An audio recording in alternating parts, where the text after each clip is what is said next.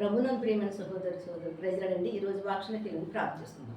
మోహనుద్ర మహాగండ సరస్వతుడైన ఆదాపరిశుద్ధాత్ముడ ఆకాశాన్ని భూమిని సంస్థాన్ని సర్వాన్ని సృష్టించిన సృష్టికర్త నీకే స్థితి నీకు మహిమ నీకే ఘనత చెల్లించినాను తండ్రి. నాయన గతించిన ఆదివారం నుంచి ఆదివారం వరకు సజీవుని లెక్క కింద కాచి కాపాడి భద్రపరిచి ఆరోగ్యించి ఆయుషించి మళ్ళీ సజీవుని లెక్కలో ప్రభావ నిన్ను ఆరాధించుకోవడం మాకు ఇచ్చిన సమయానికి స్థితులు స్తోత్రాలు చెల్లించినాను తండ్రి. ప్రభావ నీ బిడ్డలకి నీ వాక్యం చెప్పుచుండగా అపిత్రమైన నా పెదవులు తండ్రి. నాయన నన్ను అగ్ని చేత కాల్చి నా శరీరాన్ని మరుగుపరచు మాన స్వరాన్ని మరుగుపరచు దైవస్వరంతో మాట్లాడి దర్శించి నామానికి మహిమ తెచ్చుకోమని ఇస్తున్నాము అమ్మ పర్వ తండ్రి. ఆమేన్. మరి ఈరోజు మన వాక్యం అంశం ఏంటంటే యెహోవా సీనాయి పర్వతం మీదకి, యెహోవా సీనాయి పర్వతం మీదకి. నిర్గమకాండము 19వ అధ్యాయం అండి, 16వ వచనం చదువుకుందాం. మూడవ నాడు ఉదయమైనప్పుడు ఆ పర్వతం మీద ఉరుములు మెరుపులు సాంద్ర మేఘము బోర యొక్క మహాధ్వనియు కలగగా పాలెములోని ప్రజలందరూ వణికిరి. ఇక్కడ అంటే మరి మూడవ నాడు ఎప్పుడైతే మరి ప్రజల్ని దేవుడి యొక్క దర్శనం చూస్తామో, దేవుడి యొక్క మహిమ చూస్తామో, దేవుడు మన మధ్యకి వస్తాడు కనుక మనం అంతా పరిశుద్ధంగా పవిత్రంగా ఉండాలని మోసే చెప్పినట్టుగా మోసే మాట విన్నారంటే మోసే మాటని మోసే చెప్పిన ప్రకారంగా వాళ్ళు నడుచుకొని మరి సిద్ధంగా ఉండి పరిశుద్ధంగా మరి దేవుడి కోసం ఎదురు చూస్తున్నప్పుడు అంటే ఉరుములు ధనులు ఏంటంటే సాంద్ర మేఘములోనంటండి దేవుడట వాళ్ళకంటండి మోసే దర్శనమిచ్చాడంట. ఆ దర్శనం ఇచ్చినప్పుడు ఏమి చెప్తున్నాడో అక్కడ దేవుడు ఏ మాటలు చెప్తున్నాడో అవన్నీ కూడా మోసేకి ప్రజలకే అందజేస్తున్నాడంట. ఆయన ఒక మేఘంలోంచి ఏ రీతిగా సాంద్ర మేఘంలోంచి దేవుడు ఏ రీతిగా వారందరినీ కమ్ముకున్నాడో, ఏ రీతిగా మాట్లాడాడో అక్కడ మోసేతో ఇక్కడ స్పష్టంగా రాయబడి ఉందని చూడమ్మా. దేవుని ఎదుర్కొనుటకు మోషే పాలెములో నుండి ప్రజలను అవతలకు రప్పింపగా వారు పర్వతం దిగువని నిలిచిరి. పర్వతం ఎక్కడ తీశారండి? దేవుడు ఒక ఎదుర్కోవాలి కనుక మరి పర్వతం దిగున ఆడున్నారు. పర్వతం మీద ఎవరున్నారు చెప్పండి? మోషే ఉన్నాడటండి. ఇక్కడ పర్వతం మీద మోషే ఉన్నప్పుడు మరి దేవుడు ఆ పర్వతం మీదకి ఏ రీతిగా దిగొచ్చాడో, ఏ రీతిగా మరి మాట్లాడాడు ఇక్కడ చూడండి. యెహోవా అగ్నితో సీనాయి పర్వతం మీదకి దిగి వచ్చినందున అదంతయు ధూపమయమై ఉండెను. దాని ధూపము కొలిమి ధూమము వలె లేచెను. పర్వతమంతయు మిక్కిలి కంపించెను. సరే ఏం చేసిందంటే ఆ యొక్క అగ్నితో ఆ సీనాయి పర్వతం మీదకి ఎప్పుడైతే దేవుని ఒక మహిమ దిగ్గానంటే ఏమైందంటే అక్కడంటే ధూమం వలె ఒక ధూపం వేస్తే ఎలాగైతే మరి పొగ వచ్చేస్తా అలా అక్కడ అంతా మేఘం అన్ని కమ్మేసుకుంటే ఆ ధూపం వలె వచ్చిందంట. అక్కడ భూమి కూడా ఏమైందంటే కంపించిందట. సరే ఎంత గొప్ప సంగతి! దేవుని మహిమ, దేవుని యొక్క మరి శక్తి ఆ యొక్క ప్రజలు తెలుసుకోవడానికి దేవుడు ముందుగానే మోషేతో చెప్పాడు. మోషేతో చెప్పిన రీతిగానే మరి అక్కడ దేవుని యొక్క మహిమను, దేవుని యొక్క ఘనతను, దేవుని యొక్క కృపను వాళ్ళు చూడగలిగారండి. మహిమ చూడగలిగారు, కృప చూడగలిగారు. ఆ సాయంత్రం మేఘం నుంచి ఆ సీనాయి కొండ మీదకి ఏ రీతికైతే దేవుడి యొక్క దిగొచ్చాడో మరి అక్కడ ఎలాగైతే భూమి కంపించిందో అదంతానంటే ఎవరు చూసారండి? అక్కడ ఇశ్రాయేలు అందరూ కూడా కన్నులారా చూసారంటండి. కన్నులారా చూసంటే ఎంతగానో వాళ్ళంటే సరించిపోయారట. ఎక్కడ చూద్దామండి?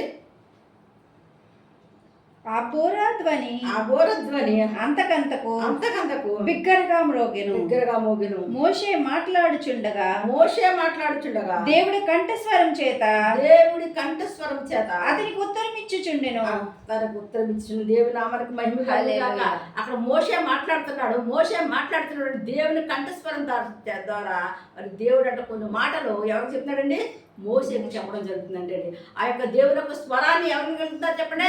అక్కడ ఉన్న వాళ్ళు ఎవరైనా కలుగుతలేదో కానండి మరి ఆ వేగాన్ని అక్కడ ధ్వనిని వచ్చి అవి మాత్రం చూడగలుగుతున్నారు. కానీ ఈ దేవుడు కూడా అర్థం కావట్లేదు. కానీ ఎవరింటారంటే ఇక్కడ దేవుని యొక్క స్వరాన్ని అంటే మోసే ఏంటంటే ఏంటంటే చదవండి. యెహోవా సీనాయి పర్వతం మీదకి అనగా ఆ పర్వత శిఖరం మీదకి దిగి వచ్చెను. యెహోవా పర్వత శిఖరం మీదకి రమ్మని మోషేను పిలువగా మోషే ఎక్కిపోయెను. అప్పుడు యెహోవా ప్రజలు చూచుటకు యెహోవా యొద్దకు హద్దు మీరి వచ్చి వారిలో అనేకులు వారిలో అనేకులు నశింపకుండానట్లు నీవు దిగిపోయి వారికి ఖండితముగా ఆజ్ఞాపించుము. దేవునామానికి ఆ యొక్క పర్వతం మీదకి మోసే తప్ప ఎవరు అడగలేదండి. ఎవరు వచ్చి అయిపోతారు చెప్పండి, నశించిపోతారు, చనిపోతారు, బ్రతకరు. కనుక దేవుడు పిలిచినాడు మాత్రమే ఆ పర్వత శిఖరం ఎక్కాల. దేవుడు పిలిచినాడు మాత్రమే దేవునితో మాట్లాడాలా. ఎవరు మాట్లాడక అక్కడ ఏమి లేదు చెప్పండి, అధికారం లేదు. కనుక ఆ ప్రజలతో నువ్వు వెళ్ళు, నీకు దిగిపోతారుగా, దిగిపోయి చెప్పాళ్ళకి వాళ్ళు నువ్వు మోసేస్తున్నాడు కదా, మేము వెళ్ళిపోదాం అనేసి అనుకుంటున్నారు. కనుక నువ్వు వెళ్ళి చెప్పమనేసి అంటండి. అక్కడ దేవుని యొక్క స్వరం అంట వాళ్ళకి వినిపించిందంట. ఆ స్వరం ద్వారా మరి ఆ మోషే అంటండి ఆ ప్రజలకి ఏ రీతికి చెప్తారో చూద్దామండి. ఇక్కడ మరియు యెహోవా వారి మీద పడుకున్నట్లు యెహోవా యొద్దకు చేరు యాజకులు తమ్ము తామే పరిశుద్ధపరచుకున్న వల్లని మోషేతో చెప్పగా మోషే యెహోవాతో ప్రజలు సీనాయి పర్వతం ఎక్కలేరు. నీవు పర్వతమునకు మేరలను ఏర్పరిచి ఏర్పరిచి దాని పరిశుద్ధపరచవలనని మాకు ఖండితముగా ఆజ్ఞాపించుతవనెను అన్నారు. మేము మాకు నువ్వు ఖండితంగా యాజకులతో వాళ్ళకి చెప్పు. ఏమనంటే ఆ పర్వతం మీరు ఎక్కడికి ఇల్లేదు కనుక ఖండితంగా వాళ్ళకి ఆజ్ఞాపించాడట.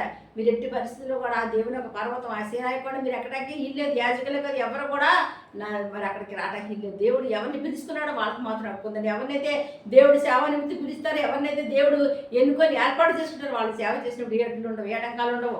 దేవుడు ఎక్కడికి వెళ్ళమంటే అక్కడికి వెళ్ళాలి, ఇక్కడ ఏం చేయమంటే చెయ్యాలి. వాళ్ళు దేవుడు బిడ్డలుగా వాళ్ళు దేవుడు పిలుపు అందుకుంటారండి. మరి మా అసాంస్కృతిగా రావడానికి దేవుడు సేవ అంటే ఏమీ చిన్నదేం కాదు. ఇక్కడ దేవుడు ఎవరిని ఎన్నుకున్నాడు, ఎవరిని ఏర్పాటు చేసుకున్నాడు, మోసేని మాత్రమే ఎన్నుకున్నాడు, మోసేని మాత్రమే ఏర్పాటు చేసుకున్నాడు, మోసేతో మాత్రమే దేవుడు మాట్లాడాడండి అక్కడ. అలాగే మరి ఈ ప్రజలకు ఇంకా మరి ఇంకా దేవుడు ధర్మశాస్త్రాన్ని మోసేకి ఇవ్వడం కోసం ఆ సీనాయి కొండ ఎక్కించాడు.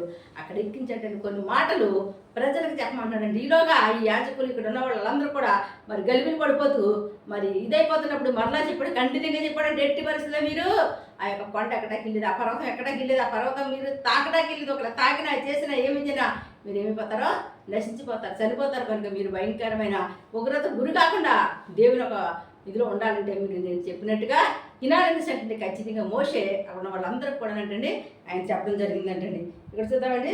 అందుకు యెహోవా నీవు దిగి వెళ్ళుము నీవును నీతో అహరోను ఎక్కి రావలెను.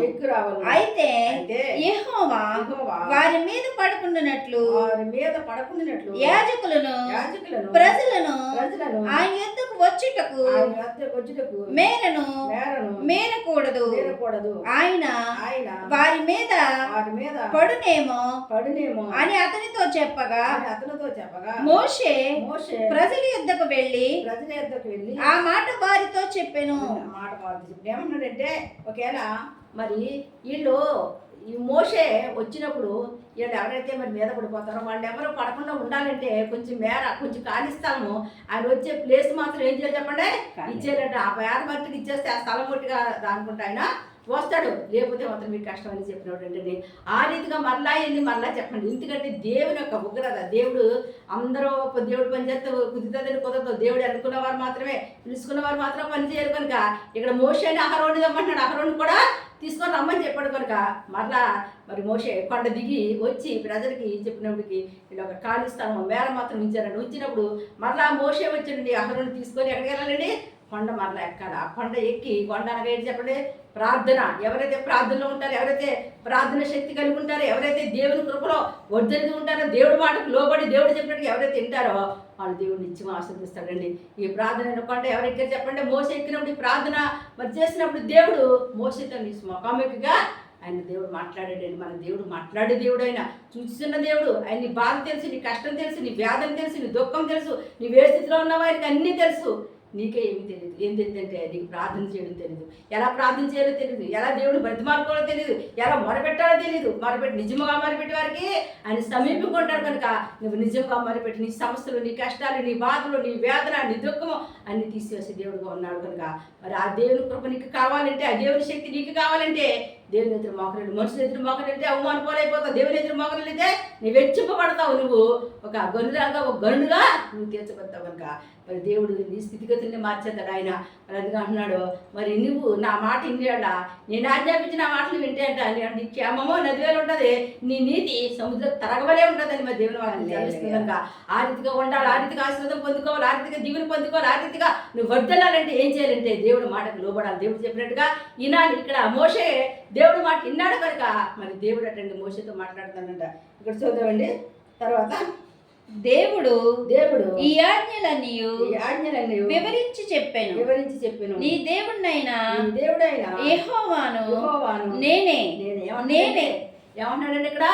మరి ఆజ్ఞలన్నీ ఇవన్నీ చెప్పిన తర్వాత ప్రజలందరూ చూచుచుండగా దేవుడి స్వరంతో మాట్లాడుతున్నాడు. నీ దేవుడు యెహోవాని నేనే, నువ్వు తప్ప వేరొక దేవుడు నేనే నీ దేవుడిని, నిన్ను పుట్టించేవాడిని నేనే, మరి నీకు ఆ సమస్తం ఇచ్చినవాడిని నేనే, తగిన సమయం నిన్ను నేను తీసుకెళ్ళేవాడిని నేనే అనేసి అంటే అక్కడ స్పష్టంగా దేవుడు అంట మోషేతో మాట్లాడుతాను. నీ దేవుడు యెహోవాని నేనే. తర్వాత నేనే దాసుల గృహమైన ఐగుప్తు దేశంలో నుండి నిన్ను వెలుపలికి రప్పించింది. ఒకసారి జ్ఞాపకం చేస్తాడంట. నీ బతికేంటి, నువ్వేంటి, నువ్వే పరిస్థితులు ఉండేవాడు, నువ్వెలా నువ్వెలా ఉండేదానువు, ఏ మరి పాపంలో శాపంలో ఉన్నా నిన్ను ఏ రీతిగా మరి దేవుడు తప్పించి తీసుకొచ్చాడు. ఆ దాసి గృహంలో దాసరకం చేసుకుంటూ వాళ్ళు పెట్టిన బాధలు పెట్టి హింసలో పడుతూ ఎట్టి జాగ్రత్త చేసుకుంటూ మరి శాంతి లేక సమాధానం లేక కొట్టిమిట్ట ఆడుతున్న వారిని దాసి గృహమైన ఆ గృహంలో బయటకంటే ఎవరు తీసుకొచ్చారంటండి? దేవుడే తీసుకొచ్చాడు. ఒకసారి జ్ఞాపకం చేస్తాడంట.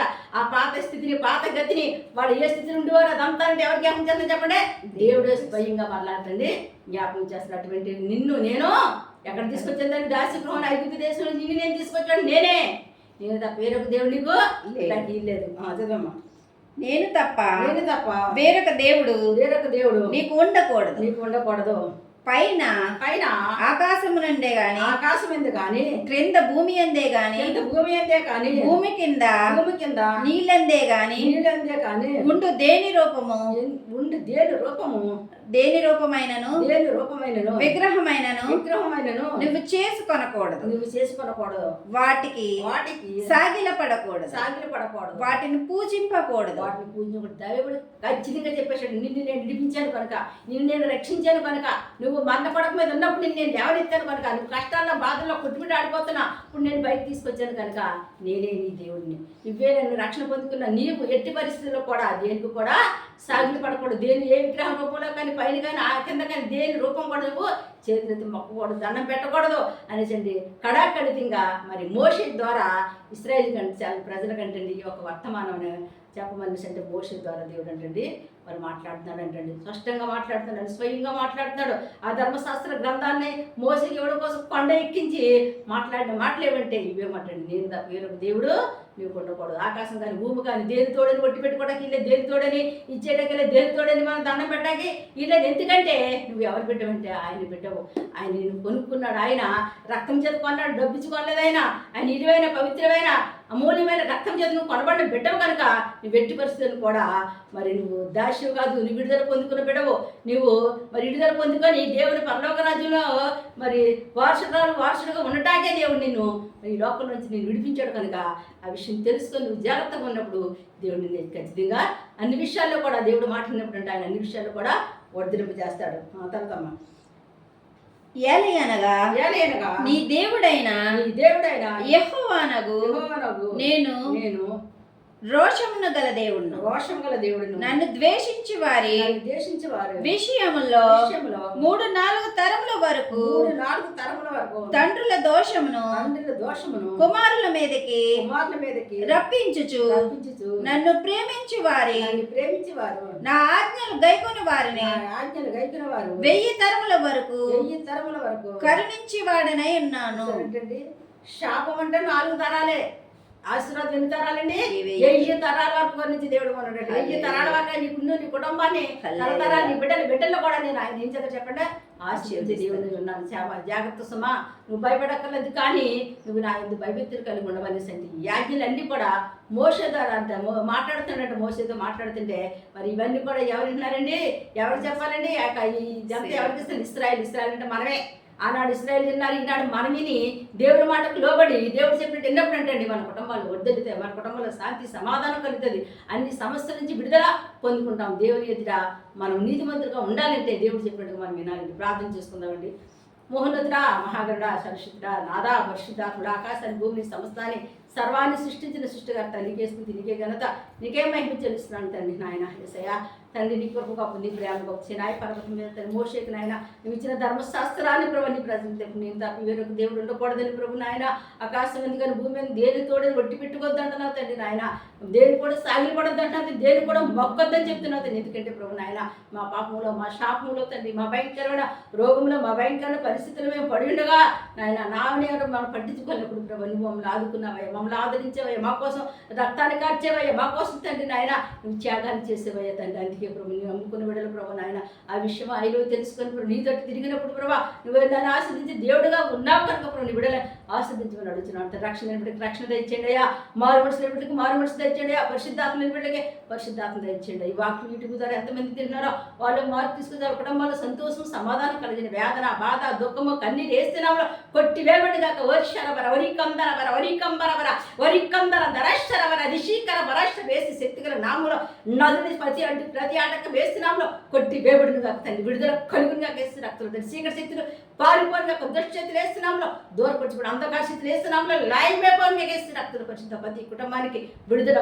కలుగుని కాక తండ్రి నీ శాంతి నీ సమాధానం నీ విడుదలకు అనుగ్రహించమని వచ్చినాను తండ్రి. నాయన రక్షక నాదా పరిశుద్ధాత్మ భార్య మిత్రులు గొడవలతో నలిగిపోతున్న బిడ్డలకు విడుదల వేస్తూ నామలో కలుగుని కాక వివాహం కాని బిడ్డలకి వివాహాలు జరిగింది కాక ఉద్యోగాల బిడ్డలకు ఉద్యోగాలు వచ్చింది కాక తండ్రి. నాయన పరిశుద్ధాత్మడానికి స్తోత్రాలు చెల్లించినాను తండ్రి. గర్భఫలాల బిడ్డకి గర్భఫలాలు అనుగ్రహించమని అడుగుతున్నాను తండ్రి. నాయన అన్ని విషయాల్లో మేలు చేయండి, దీవించండి, ఆశ్రయించండి. యజ్ఞం నిమిత్తం ప్రభు ఈ నెలలో తండ్రి యజ్ఞం నిమిత్తం ప్రభా ఎంతమంది బిడ్డలు అయితే ప్రభు ప్రిపేర్ అవుతున్నారో వారందరినీ మీరు జ్ఞాపకం చేసుకోండి. పరిశుద్ధాత్మ వాళ్ళు రాసిన యజ్ఞాలను చేపెట్టి పరిస్థితి రాయించిన ఆయన నిత్యంగా వీళ్ళకి ఉద్యోగాలు ఇచ్చే కృప వేస్తూ నామలో కలుగును కాక తండ్రి. నాయన మరి వారంలో బిడ్డలు స్కూల్కి వెళ్ళిచుండగా నాయన ఎటువంటి దృష్టి ద్రాత్మ శక్తుల ప్రభావం బిడ్డ మీద పడకుండా నాయన మరి చక్కగా చదువుకుంటుకు నాయన చంపేసి పెట్టకుండా స్కూల్కి వెళ్తా కృప జీవించమని అడుగుతున్నాను తండ్రి. నాయన అందరిని కూడా దీవించడం ఆస్వాదించండి. ఈరోజు ఆపరేషన్ చేసుకున్న బిడ్డలు మీరు జ్ఞాపకం చేసుకోండి ప్రభావ మంచిగా ఆపరేషన్ జరిగే కృప దయచండి. ఈరోజు డెలివరీ బిడ్డలకి సిల్వర్ డెలివరీ కృప వేస్తూ నామలో కలుగును కాక ఈ రోజు ప్రభావ తండ్రి. నాయన గృహాలు తండ్రి నాయన పొలాలు కొనుక్కుని బిడ్డలు ఆశీర్వదించి దీవించినప్పుడు గృహాలు పొలాలు స్థలాలు